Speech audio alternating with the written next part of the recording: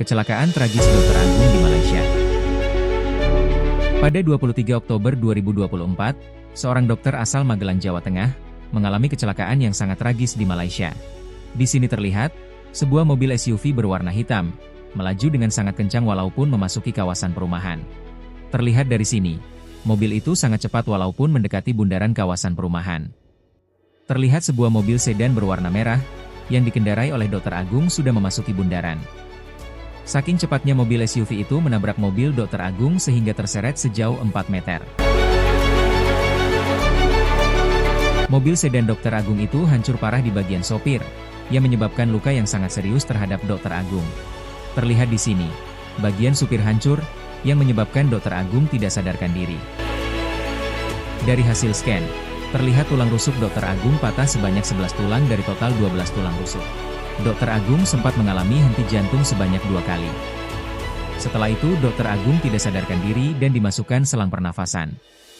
Selain itu jantungnya sempat berhenti selama 2 kali, tapi untungnya kembali berdetak setelah RJP selama 6 menit.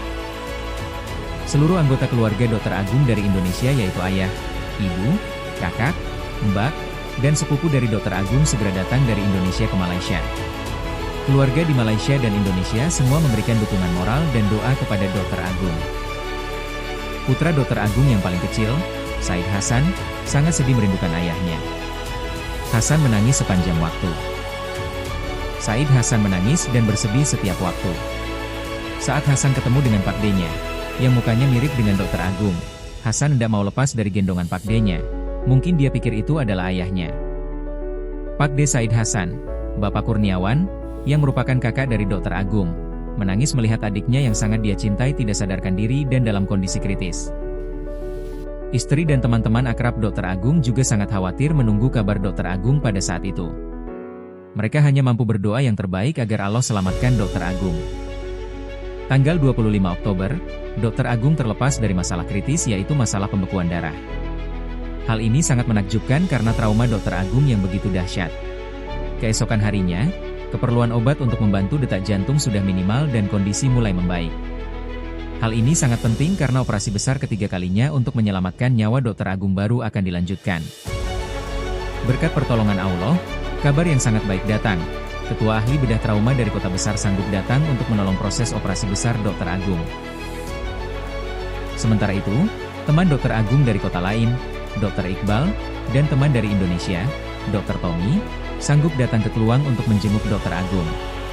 Setelah melalui proses yang panjang, berkali-kali operasi dan melalui berbagai waktu yang sangat kritis, akhirnya Allah memberikan keajaiban yang luar biasa. Dr. Agung mulai membuka mata walaupun belum bisa berbicara. Teman-teman Dr. Agung sangat gembira mendengar perkembangan Dr. Agung yang sangat luar biasa. Mereka video call dengan Dr. Agung untuk pertama kalinya.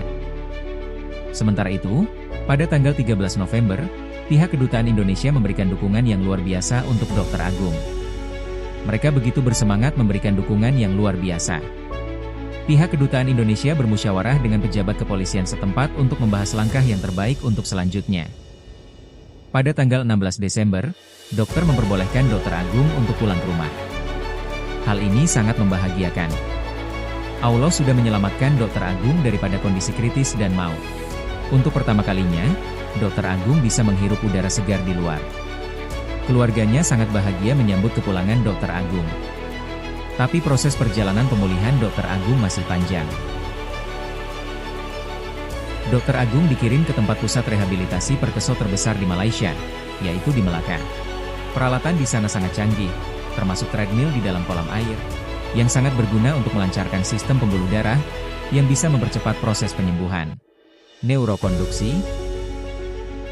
Terlihat di sini alat-alat untuk menstimulasi sistem saraf, yang sangat berguna untuk mempercepat pemilihan Dr. Agung.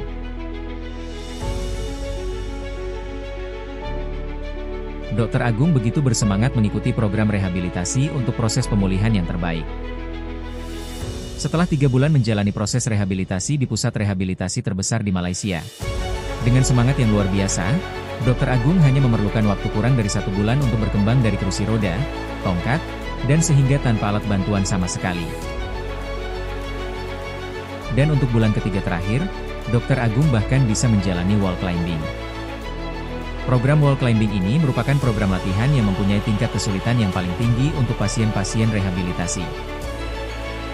Koordinasi dari semua sistem tubuh dari otak, kecekapan dan kekuatan otot tangan dan kaki, sistem badan, dan juga refleks kecepatan untuk memanjat, sangat diperlukan untuk aktivitas wall climbing ini.